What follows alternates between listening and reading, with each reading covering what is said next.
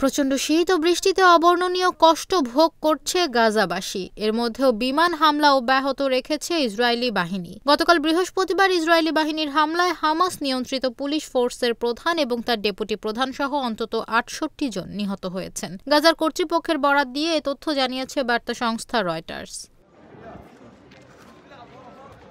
গত ১৪ মাস ধরে গাজায় হামলা চালাচ্ছে ইসরায়েলি বাহিনী। গতকাল তারা গাজায় মানবিক অঞ্চল হিসেবে পরিচিত আল মাউশি জেলায় ভয়াবহ হামলা চালিয়েছে।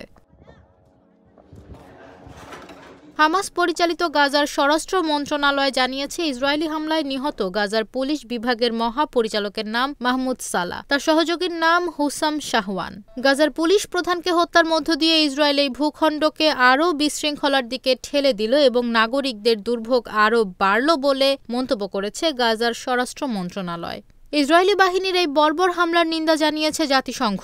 সংস্থাটির UNRW এর প্রধান ফিলিপ লাজারিনি এক্সে লিখেছেন, গাজায় নিরাপদ অঞ্চল তো দূরের কথা, কোনো মানবিক অঞ্চল নেই।